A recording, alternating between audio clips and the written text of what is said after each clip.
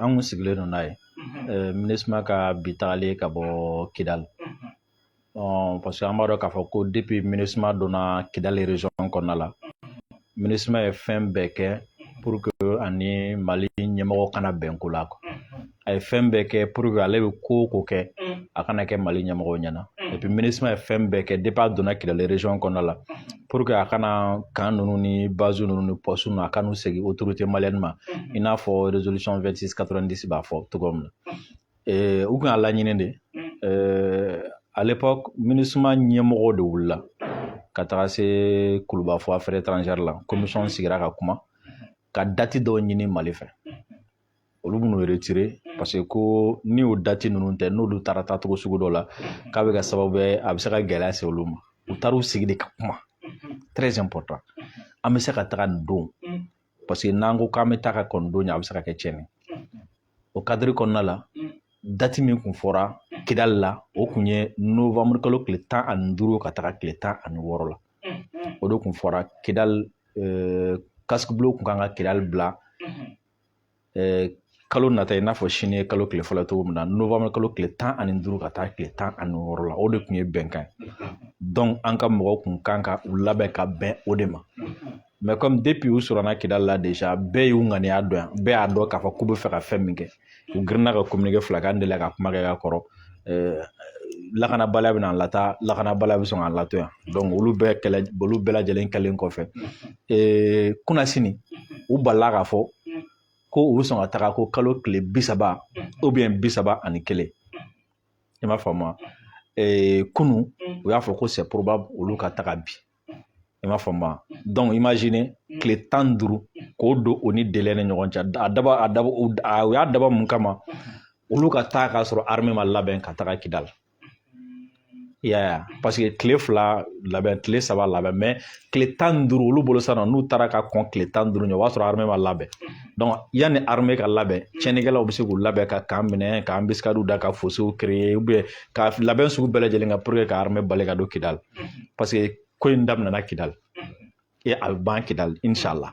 donc o dun b'a dɔn ni armée donna Kidal o ye ko in bannen t'u arranger donc Kidal kɔni u bɛ fɛ ka Kidal kɛ sababu ye k'a bɛɛ beresa tuguni et malheureusement pour eux armée kun labɛnna ka ban o de la armée convoi caman wuli mɔgɔ ye min bɔra Gawo ka taa Nefis mɔgɔ y'o dɔrɔn de convoi caman bɔra sira wɛrɛ fɛ pour que ka se ka terroristes ninnu encercler cogo min na u kana se k'u firifiri ensuite u kana se ka renfort sɔrɔ ensuite avion ni drone ni hélico fana ye baaraba kɛ pour que renfort bɛ bɔ terroristes bolo renfort bɛ bɔ yɔrɔ o yɔrɔ ka na fɔra u ka Kidal k'a sira bɛɛ tigɛ o de la depuis kunasini kɔta a kun bɛ ka mɛn armée bi frappe aérienne dɔ kɛra yan fɛ frappe aérienne dɔ kɛra yan fɛ i m'a faamu donc o frappe ninnu caman kɛra Kidal région et puis u ma da Kidal région ma frontière ninnu bɛɛ Mali Burkina frontière Mali Niger frontière hali Mali ni Mauritanie frontière frappe kɛra o yɔrɔ bɛɛ la o don a ye leere ko kuma mɛn i m'a faamu donc frappe kɛra o bɛɛ la terroristes u y'a essayé k'a fɔ k'u bɛ bɔ na renfort ye fan fɛ ka taa ka na commande la pour que ka taga fara ninnu kan fɛ armée ye a sira bɛɛ tigɛ i m'a faamu donc renfort ma se ka don ensuite Kidal fana armée Kidal sira fɛn fɛn bɛ yen nɔ ko sira stratégique do ka don Kidal armée a bɛɛ minɛ a Nefis mɛlɛlen kɔfɛ u sigilen don k'u positionner à Aguelhok a Nefis ka taga fan bɛɛ lajɛlen fɛ donc o bɛɛ lajɛlen minɛnen don Algérie frontière donc o fana o datugulen don i m'a faamu donc MINUSMA ka laɲini ye min ye a ma se ka sabati kosɛbɛ parce que u bolo renfort min kun kan ka don waati min na o renfort ma se ka don o waati terroristes fana hakili la renfort min bɛna don waati olu ma se ka comment dire olu ma se ka don o waati quoi donc u y'a fɔ k'u bɛna bɔ bi ou bien kunu bi sɔgɔmaden na u solila ka comment dire la bi sɔgɔmaden na u solila ka kan bila mais n'u ka kan bilali jateminɛ comment dire la i b'a faamu k'a fɔ ko janfa min fɔra a mɛnna ko janfa kelen de don i b'a faamu fana k'a fɔ ko kuma kun bɛ ka fɔ a si tɛ tiɲɛ a fɔlɔ ye jumɛn MINUSMA ko ale y'a ka tagali lateliya lakanabaliya kama parce que ko terroristes olu ɲɛ siranɲɛ kama olu ka attaque ɲɛ siranɲɛ de kama ale y'a ka tagali teliya i m'a faamu alors que ni mɔgɔ min y'a ye MINUSMA bɛ taga sɔgɔmada na terroristes ka mobili jɔlen don kan da la MINUSMA yɛrɛ bɔtɔ la fo terroristes bɛ tɛgɛrɛ fɔ MINUSMA kun terroristes de don sema tɛ yen i m'a faamu parce que nin mɔgɔ kelen de l'ere attaque kɛ Jinimi y'a revendiqué u ye bɔnba kɛ Jinimi y'a revendiqué u ye hali o don na u ye roquette minnu fili fɛn na Tesalit Jinim y'a revendiqué donc Jinim de be groupe wɛrɛ tɛ i m'a faamu MINUSMA ko ale bɛ siran ninnu de ɲɛ parce que ko ninnu de bɛ lakanabaliya lase ale ma o kɔrɔ jumɛn lakanabaliya kɔrɔ jumɛn u bɛ sɔn ka attaquer u bɛ embuscade da ɲɛ u bɛ sɔn ka na bin ka kan kɔnɔ o de ye lakanabaliya donc n bɛ taa ka bɔ kan kɔnɔ yan'u kana bin ka kan kɔnɔ kuma kɔrɔ o de i m'a faamu sinon ni sira don MINUSMA b'a dɔn ale tɛ se ka taa ka sira in to a filɛ ka bɔ Kidali sisan k'i ɲɛsin Gawo ma a bɛna bɔ sira in fɛ o mais ko a bɛna bɔ kan de kɔnɔna la yan'u kana ale attaquer kan kɔnɔna la donc e bɛna bɔ kan kɔnɔ yanni mɔgɔ minnu ka nin attaquer kan kɔnɔna la e bɔtɔ la olu jɔlen don kan da la o ma s'i ma f'u b'i tɛgɛrɛ fɔ e kun donc en réalité i ka taga kun t'olu ye i kun tɛ ka siran olu ka attaquer ɲɛ ou bien bɛnkan dɔ kɛra i n'u ni ɲɔgɔn cɛ i m'a faamu wa sinon mɔgɔ min bɛ k'i ɲini ko n'a ye sɔrɔ a b'i faga fo e yɛrɛ ko na n ka boli yanni karisa ka ɲɛ e ka tila k'a to e boli don o tigi ka tila ka n'a jɔ e ka da la e ka taa ka i si dilanw ni fɛnw ta k'a di o tigi ma fo i bɔtɔ la o bɛ ka tɛgɛrɛ fɔ i kun donc là ça veut dire en réalité i kun tɛ ka siran ale ɲɛ ou bien ale t'i fagabaga yɛrɛ soit n'a sɔrɔ ni fagabaga don bɛnkan dɔ b'aw ni ɲɔgɔn cɛ o bɛnkan ye jumɛn mɔgɔw kan k'u yɛrɛ ɲininka o la ni bɛnkan b'u ni ɲɔgɔn cɛ yalima Nations Unies yɛrɛ ka Nations Unies yɛrɛ bɛ jɛn ni a ye bɛnkan ka kɛ kasigibulon ni terroristes ni ɲɔgɔn cɛ i m'a faamu n'a yirala diɲɛ bɛɛ la bi ko bɛnkan dɔ b'u ni ɲɔgɔn cɛ o la mun b'a yira n'a k'a fɔ ko k'u ka san 10 in kɔnɔna o bɛnkan kelen kun t'u ni ɲɔgɔn cɛ ka kɔrɔ parce que san 10 se ma k'u ma donc ça veut dire que depuis san 10 o bɛnkan kelen b'u ni ɲɔgɔn cɛ i m'a faamu en plus de ça aussi MINUSMA nana MINUSMA yɛrɛ nakun ye pour que ka Kidali ni Mali protéger ni mɔgɔ ninnu de contre la mais MINUSMA bɛ taga don min na a ye kan di olu de ma ka tila k'a bolo di olu de ma donc ça veut dire que depuis a nana fo bi ani ninnu de bɛ baara la ɲɔgɔn fɛ MINUSMA ni ninnu de bɛ baara la ɲɔgɔn fɛ i m'a faamu en plus mɔgɔ kan k'u yɛrɛ ɲininka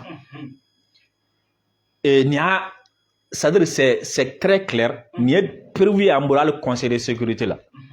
Nations Unies yɛrɛ ye résolution min ta n'o ye 2690 ye Nations Unies yɛrɛ filɛ ka a yɛrɛ ka résolution talen violer voilà mɔgɔ caman bɛ k'a fɔ ko est-ce que ko Mali tɛ MINUSMA saisi Nations Unies na parce que ko résolution 2690 ko MINUSMA a violé k'a fɔra résolution in kɔnɔna ko MINUSMA ka kan o kan de bɛ yen ko en plus k'a bɛɛ kan ka di Mali armée ma n'i y'a ta k'a lajɛ ko MINUSMA k'u ye Tesalit ta bila k'a sɔrɔ Mali armée tɛ yen k'u tilara bi Kidali fɛnɛ k'u bɔra k'a sɔrɔ armée malienne yɛrɛ tɛ Kidali ville kɔnɔna la ko yala ko mɔgɔ bɛ i sigi n'a ye don n'a nataw la k'a fɔ ko Mali ɲɛmɔgɔ fɛnɛ bɛna se ka MINUSMA saisi nin ko in na wa non don dɔ la a kuma bɛ kɛ conseil de sécurité la i sigi k'a lajɛ don dɔ la a kuma bɛ kɛ n t'a dɔn a bɛna kɛ kuma min senfɛ mais don dɔ la a kuma bɛ kɛ conseil de sécurité la i m'a faamu parce que c'est quand même évident nin kɛra diɲɛ bɛɛ ɲɛkɔrɔ Nations Unies min ye résolution ta ko ni MINUSMA bɛ taga ko ni Mali ɲɛmɔgɔ ka bɛn dati kan ko ni bɛn kɛra dati minnu kan wa u tagatɔ la u ka yɔrɔ di Mali ɲɛmɔgɔ ma o Nations Unies kelen de ye MINUSMA ye o Nations Unies kelen de filɛ nin k'i kɔdɔn ka taga ka bɔ Aguelhok k'a sɔrɔ a ma yɔrɔ tile di k'a sɔrɔ hali Mali ɲɛmɔgɔ yɛrɛ tɛ yen a filɛ nin k'i kelen ka bɔ Kidali fana k'a sɔrɔ hali Mali ɲɛmɔgɔ tɛ yen donc MINUSMA de Nations Unies de ye résolution ta o Nations Unies kelen de ye o résolution fana violé donc hakili kan ka to o fana la donc c'est là où on se demande munna Nations Unies bi a yɛrɛ ka propre résolution violé Mali kan donc complot jumɛn b'a bolo ka ɲɛsin Mali ma bɛnbɛnbɛn jumɛn de kɛlen don Mali kɔ kan i m'a faamu c'est là mɔgɔ kan k'u yɛrɛ ɲininka o de la o ɲininkali kan ka kɛ Nations Unies Nations Unies yɛrɛ kan k'o question in jaabi parce que convoi min bɛ se ka wuli bi ka bɔ Kidali ka tile 5 kɛ sira la ka na fo Gawo o convoi kelen n bɛ se ka to Kidali fo le 15 novembre awɔ k'a sɔrɔ fɛn ma sɔrɔ et puis o convoi kelen ye san 10 kɛ yen fɛn ma sɔrɔ i m'a faamu convoi min filɛ nin ye ka wuli ka na convoi min wulila sɔgɔmada in na a bɛ se ka tile 15 kɛ nin kan donc munna u b'u teliya kelen munna u b'a dabɔ a kama ka taa k'a sɔrɔ a ma se yen fila sabanan ye jumɛn munna u tagatɔla y'a ta k'a di terroristes ma et puis fu ni terroristes b'u tɛgɛ di ɲɔgɔn ma ka cadeau bɛɛ di ɲɔgɔn ma awɔ u ye cadeau di MINUSMA awɔ ayi terroristes de ye cadeau di MINUSMA ma sɔgɔmada in na o bɔtɔ la ka cadeau bɛɛ d'u ma o bɔtɔ la alors que aw dun ko k'a bɛ ka siran ninnu de ɲɛ donc ça veut dire que rien n'est clair dans cette histoire là i m'a faamu voilà et puis pour également répondre aux gens mɔgɔ minnu bɛ k'a fɔ a ko MINUSMA ka taa MINUSMA filɛ ne ka taa a bɛ ka tila k'a fɔ tugun duma a tɛ fɛ ka taa de wa n'i y'a d'anw ma MINUSMA tɛ bɔ Kidali ka taga Gawo u bɔ Kidali ka t'u ka so de direct la donc ministre de fɛ ka to halisa an b'a fɔ k'u ka to dɛ anw b'a fɔ k'u kana bɔ Kidal anw b'a fɔ k'u kana bɔ Aguelok anw bɛ k'a yɛrɛ diɲɛ na de k'a fɔ ko janfantiw don u bɛ ka bɛnbɛn bɛɛ kɛ anw kɔntu la sinon tagali jara anw ye dɛ mais u ye fɛn dɔ de kɛ o tagatɔ la an bɛ k'an tɛgɛ ɲɛsin o de ma o ye fɛn jumɛn bɛnkan fɔra ko k'a kɛ cogo min na o taatɔ la u y'u ban k'a kɛ ten filanan ye jumɛn diɲɛ bɛɛ ko k'a bɛ ka terrorisme min kɛlɛ o taatɔ la bɛ ka yɔrɔ di o terrorisme anw bɛ fɛ diɲɛ k'o de lajɛ sinon MINUSMA ka to yen a ka to yen an ka sira t'o la dɛ mais diɲɛ de k'a lajɛ k'a fɔ ko u filɛ nin ye ka janfan kɛ ka ɲɛsin an ma an ka dugukolo kan mais an tɛ ka fɛn f'u ye c'est ça mɔgɔw kan k'o de faamu sinon MINUSMA tora yan nɔ hali seconde kelen MINUSMA ka kɛ yan ni fɛn bɛɛ ka kan aw ye quoi i m'a faamu. ok Dirisa Mamɛta kunun toujours an bɛ to Kidal kɔnɔna la an y'a ye bɔlɔlɔsiraw kan k'a fɔ ko MINUSMA kɔni kan kɔni la k'a tun taara kɔnɔna ko ka kɛ marché ye o fɛn min ye ordinateurs ni sièges ni fo ka taga bila fɛn caman na ko MINUSMA tun bɛ k'olu feere Kidal population ani banbagaci kɛwale makaw a dɔw yɛrɛ k'a prix bɛɛ kun ka di ko promo de kun don yala i bɛ se ka mun de fɔ o ko in fana la. sugu bɛɛ halisa i y'a fɛ MINUSMA ko k'olu bɛna taga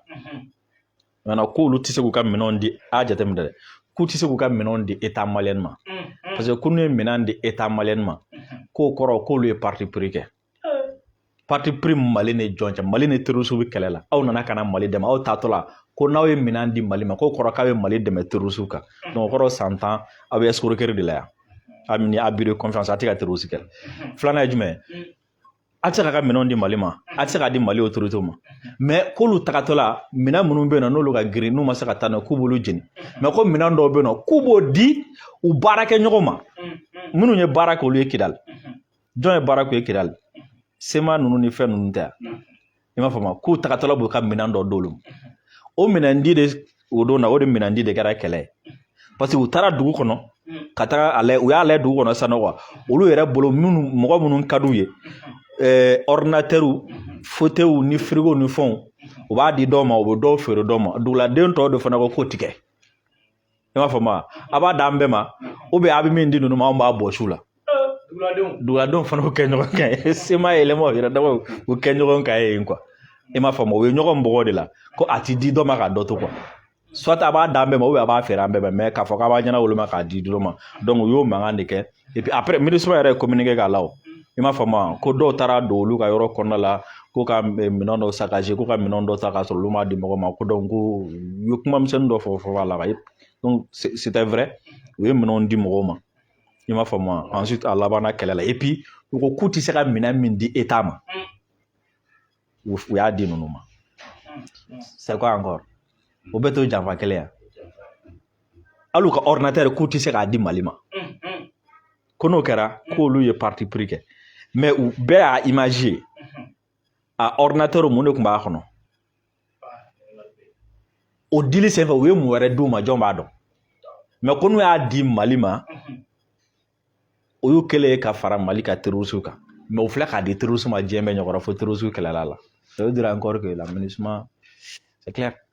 ayiwa an bɛ taa ɲɛfɛ kunun an y'a ye an ka ORTM fana jabaranin sanfɛla la ko fɛn min y'an ka Mali sɔrɔsiw ye k'u ye wulikajɔ dɔ kɛ ni ma fili à 30 kilomètres de Kidal u ye farako dɔw kɛ k'u b'a ɲini Kidal population fana fɛ k'u ka consigne sécuritaire ko k'o respecter an yɛrɛ y'a mɛn k'a fɔ ko an bɛ don min yɛrɛ la ko bi n'o ye le 31 octobre ye ko Mali armée kɛlen don ka Kidal ko ka encercler ko MINUSMA maaw taalen kɔfɛ ko fɛn min ye terrorisme ye ko mako de bɛna sa ko carburant tɛ se ka don dumuni tɛ se ka don ko foyi de tɛ se ka don hali ni Mali yɛrɛ ma taa nin kama ko k'u attaquer mun b'u bolo kɔnɔna la ko n'u y'o ban dun na k'u obligé don ko ka bɔ ko en ce moment ko an bɛ taama o kan dɔw fana y'a laɲini ko MINUSMA bɔlen filɛ bi ko bi bɛɛ ko armée malienne ka don dasi la yala i hakilina ye mun ye nin bɛɛ lajɛlen kan Dirisa Mamɛta. non armée b'a ka plan kɔnɔna la ne tɛ foyi fɔ armée k'a kɛ tan armée b'a ka plan kɔnɔna na armée b'a ka plan kɔnɔna na depuis retraite daminɛna don min na armée y'a ka plan kɛ Kidal ko kan ka gérer togo o togo la a plan bɛɛ bɛ armée bolo u kan ka Kidal minɛ cogo min na u kan ka minɛ waati min na n'u kan ka minɛ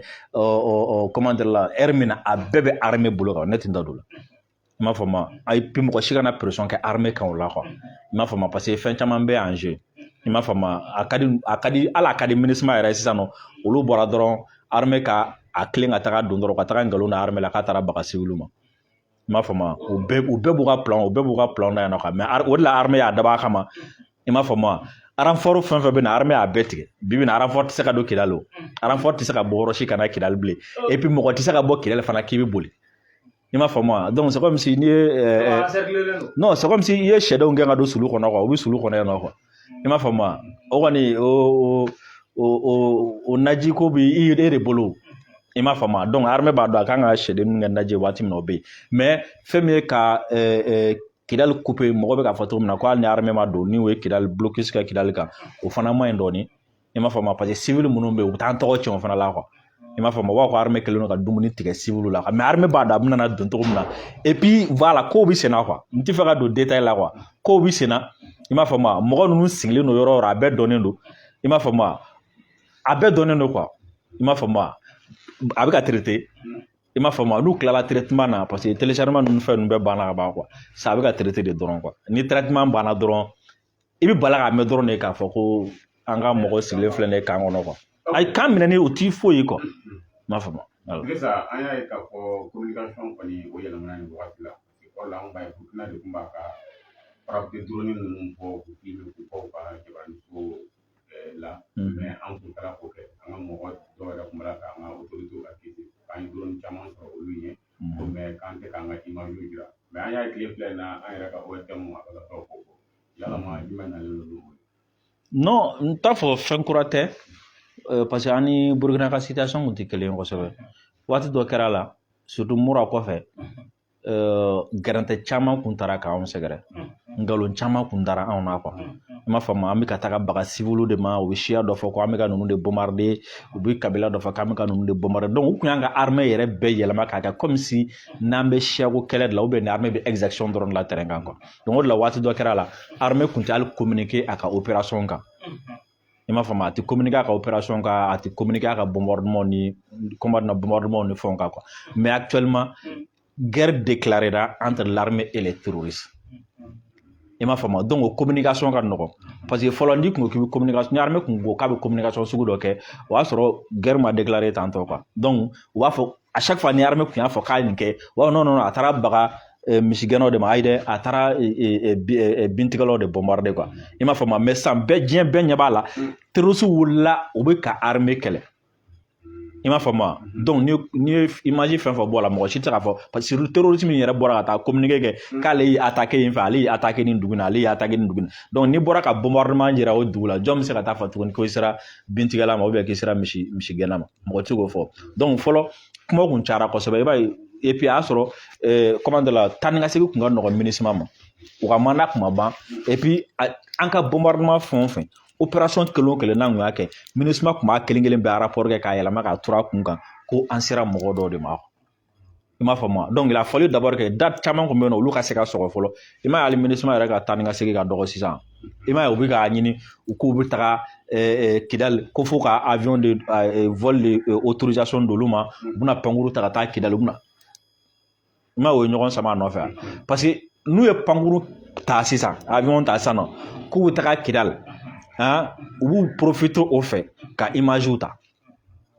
i m'a faamu u b'an ka armée ka position ta ou bien ka taga yɔrɔ dɔ bɔ ka taga yɔrɔ dɔ photo ta ka na ko so dɔ filɛ nin ye quoi k'an ka mɔgɔ ye nin dugu in bombarder donc non seulement u bɛ nkalon n'an ka mɔgɔ la et puis u b'an ka mɔgɔ ka position fana di ennemi ma quoi i m'a faamu donc nin fɛn ninnu caman de falen na et ce qui fait que bi bi in na mɔgɔ si tɛ ka armée accuser tuguni i m'a faamu k'a bɛ ka misigɛnnaw de bombarder quoi voilà. Ok, Idrissa an ka jamukan min ka se kuncɛyɔrɔ la ou bien an bɛ se ka kuma EDM kan ne tun bɛ fɛ an k'o de fɔ ni sujet bi sɔgɔmada in na an kun wulila nin de kama n'o ye MINUSMA ka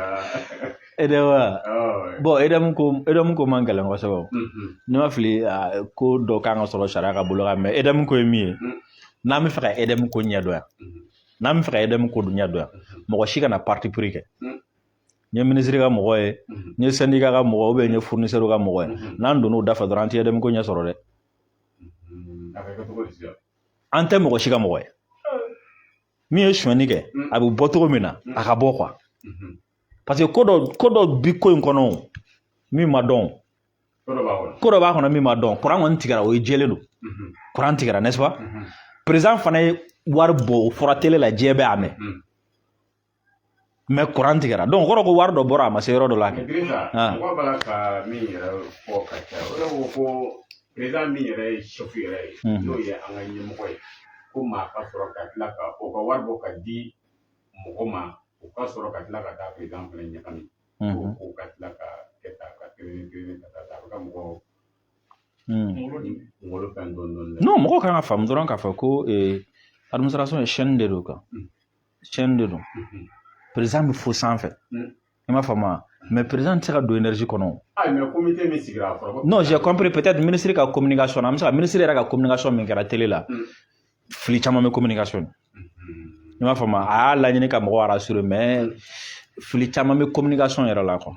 i m'a faamu olu bɛ yen i m'a faamu mais n'a fɔra ko ka commission dɔ bɛ sigi sisan k'e bɛ commission kɔnɔ o kɔrɔ tɛ k'e bɛ jigin ka taga baara kɛ dugumana na quoi i m'a faamu réunion kɛra ne bɛ réunion présider aw mɔgɔ bɛ mun na a b'a fɔ donc a bɛ sɔrɔ yɔrɔ minnu aw bɛ taga ta yen i m'a faamu donc aw fana mɔgɔ wɛrɛ b'aw olu fana duguma quoi i m'a faamu ministre bɛ o kan ka baara dɔ kɛ énergie yɛrɛ bɛ yen o kan ka baara dɔ kɛ ni donna énergie fana kɔnɔna na division bɛ yen olu fana kan ka baara dɔ kɛ quoi i m'a faamu donc sanfɛla ye jumɛn mun de kan ka kɛ walasa a baara bɛ nɔgɔya mun kan ka di walasa baara bɛ nɔgɔya donc ale b'o di walasa baara bɛ nɔgɔya donc a bɛ jigin ka na dugumana la maintenant n'a ma se a seyɔrɔ la sisan nɔ o la enquête bɛ kɛ i m'a faamu enquête de bɛ kɛ o de la kuma wulila o la enquête bɛ kɛ sisan nɔ donc jɔn b'a ka baara kɛ donc ni min b'a ka baara kɛ n'o kan ka ɲangi cogo min na o bɛ ɲangi ten tɔ quoi. Ok Dirisa halisa an bɛ to ko in kɔnɔna la ministre nana fɔ la ko fɛn dɔ ani kɔrɔtɔ ko na tile kɔnɔna la Dirisa min bɛ ta a kuma cayara ne ma fili 48 heures après Sénégal fana bɔra ka conférence de presse kɛ u bɛ kuma caman fɔ u kɔni ko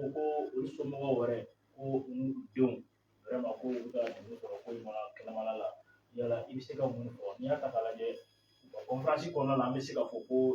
jalaki dalen don ka ɲɛsin u ma u ma jɔ a ko la yala citerne ninnu a taara min an bɛ fɛ ka dɔn an ka citerne a bɛ yɔrɔ min na. Bon moi je ne comprends pas en termes de citerne a kɛra citerne a kɛra fɛn wɛrɛ mais fɛn kelen kɔni jɛlen don i m'a faamu c'est que essence dɔ kun kan ka kɛ groupe dɔ la o essence kɔni ma ye soit a tununa a warilama o ou bien a tununa citernelama o sɛgɛsɛgɛli de bɛ se ka bɔ n'o ye sisan i m'a faamu n'a sɔrɔ a tununa citernelama min ka baara o ɲɛdɔn ka di o ou bien n'a sɔrɔ ni wari min kan ka don citerne yɛrɛ la o de ma ye parce que o fila de don soit a citernelama tununa ou bien a warilama tununa quel qu'en soit alpha a tununa yɔrɔ dɔ kɔni na i m'a faamu parce que n'a kun kɛra n'a kun sera centralu la courant kun tɛ tigɛ waati dɔw la mais n'i y'a ye courant tigɛra waati dɔw la c'est que taji dɔ kun kan ka taa kɛ yen o taji ma taa kɛ yen maintenant est-ce que a tajilama de tununa wa ou bien a warilama de tununa c'est là la question i m'a faamu donc o fila de la sa donc responsabilité bɛ se ka situer au niveau fila de la i m'a faamu o fana la sariya ka sɛgɛsɛgɛli de bɛ se k'o yira sisan nɔ n'a sɔrɔ n'a tajilama de tununa ou bien ni a warilama de tununa mais de toutes les façons a kan ka ɲɛɲini quoi i m'a faamu parce que an ye fɛn fɛn ye mɔgɔ mɔgɔ kumana a kɛra ministre o a kɛra syndicaliste o a kɛra mɔgɔ kumana n'i y'a fɛn fɛn ka kuma lamɛn i b'a ye n'i taara quoi i hakili tɛ lafiya kosɛbɛ quoi i m'a faamu voilà. Sisan an bɛ bɔ o yɔrɔ kɔnɔ la kunun an kɔni y'a ye an frère fila kaso la ala ye fɛn bɛɛ la n'o bɛ fɛ aw bɛna ale de ta baara wuli ka jɔ kɛ transition kɔnɔna la ka fɔ ka dɛmɛ surtout bɛɛ bɛ communication kɛ i b'a fɔ an yɛrɛ b'a kɛ bɔlɔlɔsiraw sanfɛla la cogoya min na ka kɛ ni armée ka wuli ka jɔ min bɛ sen na Kidali région kɔnɔna la communication a nafa ka bon o yɔrɔ la kunun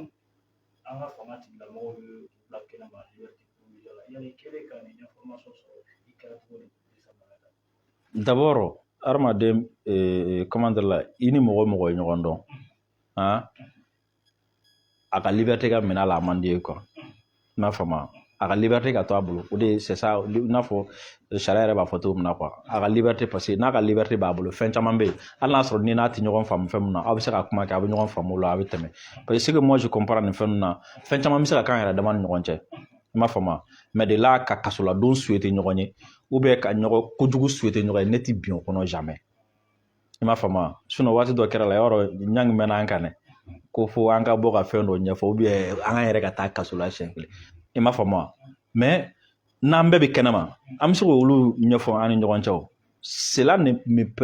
tɛ ne pousser jamais ko ne ka kojugu dɔ souhaiter ɲangi ou bien ko ne ka kojugu dɔ souhaiter mɔgɔ wɛrɛ ye quoi i m'a faamu ne bɛ se k'a fɔ peut-être o waati a ma fɛn dɔ faamu n'an tora ka n'an bɛɛ bɛ kɛnɛma an bɛ se ka kuma ɲɔgɔn ye an bɛ ɲɔgɔn faamu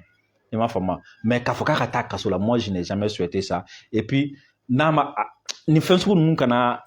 u kana ala kasola don ninnu fɛn ninnu ko ala k'an kisi u ma quoi i m'a faamu parce que i b'a dɔn bɛɛ n'a ka point fort don quoi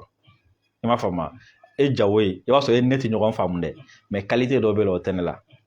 i m'a faamu donc e ka o qualité bɛ jamana nafa quoi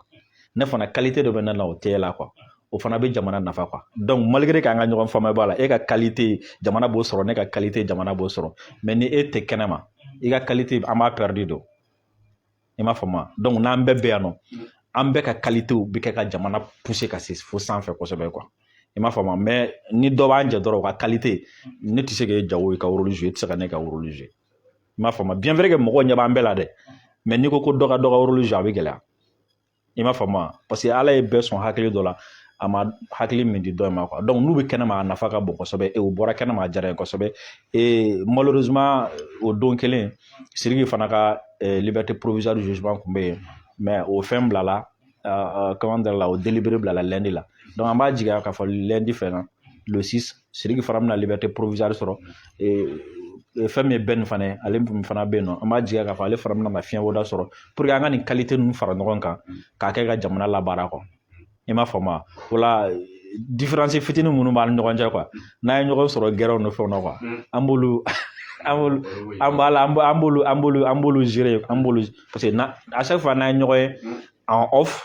a kɛra ɲangi o a kɛra taruba n'an ye ɲɔgɔn ye en off an bɛ ɲɔgɔn takini an bɛ baro ni fɛnw kɛ an bɛ fɛn caman kɛ an ni ɲɔgɔn cɛ mais peut-être n'a nana fo sanfɛ i b'a sɔrɔ min ma min faamu o b'o fɔ ou bien o b'o ɲininkali kɛ mais ne t'a caman kɛ juguya ye ne t'a caman kɛ fɛn wɛrɛ c'est juste que peut-être sɛni yɛrɛ ni a kɛcogoya don quoi donc ka mɔgɔ dɔ ye kaso la ça me fait mal et a man ne ni ne u ye kɛnɛma alhamdulilayi an bɛ ala tanu voilà. Ayiwa ne bɛ sɔn ka dan sigi an ka bi jɛmukan na ni kumakuncɛ kuma min b'i bolo kumakuncɛ kuma n bɛ aw fo kosɛbɛ k'a fɔ maliyɛnw k'u k'u labɛn i m'a faamu parce que Kidali a dayɛlɛli kan ka fêter quoi. An bɛ taa an yɛrɛ bɛ taa te min ye a bɛ fêter Kidali dayɛlɛli tɛ se ka to ten mais an b'an ka fêter yan dɛ mɔgɔ caman yɛrɛ ko k'an kan ka taa Kidali awɔ non mais an b'a fêter yan fɔlɔ ni armée tilala waati min na an bɛ tila ka taa fêter Kidali quoi i m'a faamu parce que kɛlɛ armée ka baara kɛcogoya ni ani sugu furan tɛ kelen quoi i m'a faamu parce que sécurité i bɛ se ka yɔrɔ dɔ minɛ mais pour que ka a ɲama misɛnmanin ni fɛnw bɛɛ furan ka bɔ yen o ye temps ni dɔɔni ta dɔɔni quoi i m'a faamu et puis i bɛ se ka yɔrɔ minɛ mais zani kelen minnu bɛ yen olu b'a essayer k'u b'u firifiri dɔɔni quoi donc o temps kɔnɔna na yanni olu ka labɛn an bɛ a fêter kunfɔlɔ kɛ Bamakɔ yan ni ala sɔnna a ma an b'a fêter kunfɔlɔ kɛ Bamakɔ yan inshallah an bɛ sɔrɔ ka taa a fêter ba yɛrɛ k'o kɛ Kidali ani janvier man jan 20 janvier tɛ ka na an bɛ taa défilé ni ala sɔnna a ma an b'a fɔ ala ɲɛ 20 janvier inshallah an bɛ défilé bɛ kɛ Kidali kɔnɔ ni ala sɔnna inshallah an b'a fɔ ala ɲɛna aw bɛɛ invité len don jɛmukan na k'a fɔ ka waleɲuman dɔn k'a fɔ a ye jɛmu cɛ kosɛbɛ a k'an bɛɛ